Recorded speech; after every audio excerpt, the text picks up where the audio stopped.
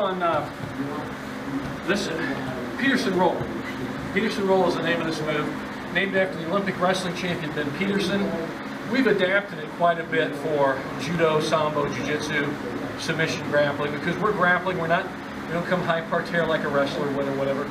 So we've adapted it quite a bit to work for us. Okay, and we'll try to. We want to finish with a good hold down. We can also work in a nice bent arm lock from the top too. You'll see that in a moment. Okay.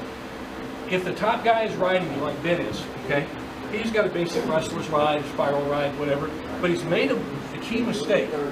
He's reaching too far with his right hand under, and some guys will do that. They'll reach too far. Rather than try to control the hip or the leg, they'll try to reach up and maybe grab up under here. Well, that's a mistake.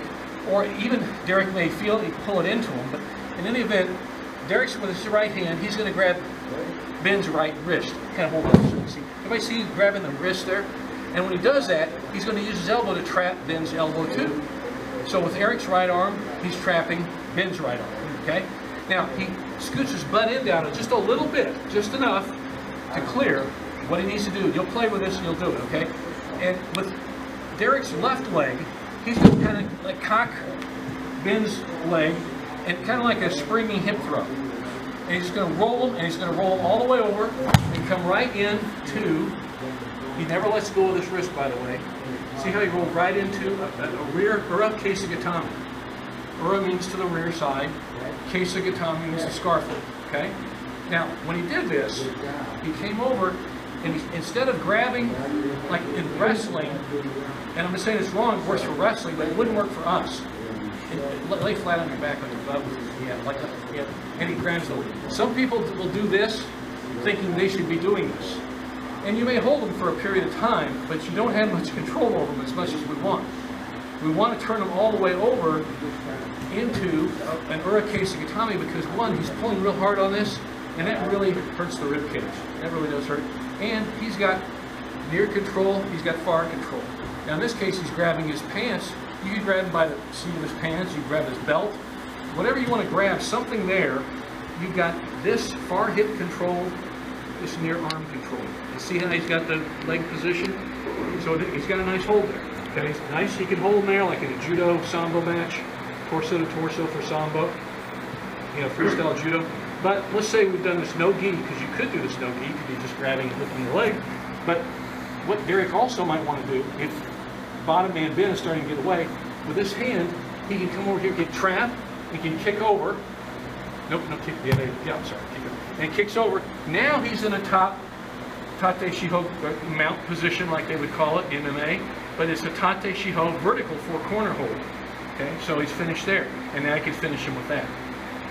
And yeah, we could go into an arm lock, whatever from there. Let's work that again, guys. So Ben, get to the top, ride him.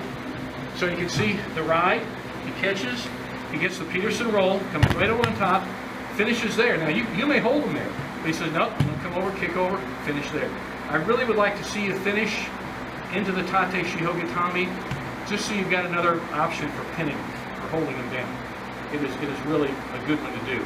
Now the other hold is very good too. You might hold him there for quite some time, but if you see he's getting away, you know you can come over and kick over one more time.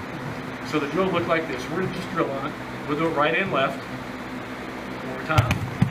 Ride. Okay, kicks over. Okay. And one thing about that, you want to make sure when you do kick over, don't just swing your leg over. You want to trap his legs. Show that trap. Show that trap. Why don't you guys come back with it, because you keep there you go. All right. Now watch what he does is he'll trap over. Bam. Now he holds them. Now watch with his right hand. See that's the trap. That's pretty essential right there. Now he's still got a good ride. Comes over the top, kicks, and finish. Okay. So that's how we're finished. You good with it? I say get really good at one side for a while, but I also want you to do it the other side. You've got to be ambidextrous. You never know which side this guy's going to ride in the front. Okay. And this is really, we'd like to be the top guy in every position, but sometimes we're not. So if we're the bottom man in a ride situation, this is one way, a viable way, one of many ways to get out of it. And it's a very aggressive way to get out of the bottom ride position. Being the bottom guy sucks. I don't like it. And you just got to get out of trouble first. This is good to get out of trouble move, and then turn it into a holding situation. And you can go on to a bent arm lock Udigarami from there. You just finish with Udigarami. Kind of turn around so the camera can just get the angle when you're doing it. And aim your head toward the camera. There you go. He's coming the other side. Kick forward, good. There we go. Okay, there you go. Okay, now he's got the hold. Okay, he does the kick over. Okay, here comes the top. Now he's got the knife. Now he's holding him. Now he can start working that bent arm lock from the bottom to the top, Udigarami. I mean, if you want to finish it.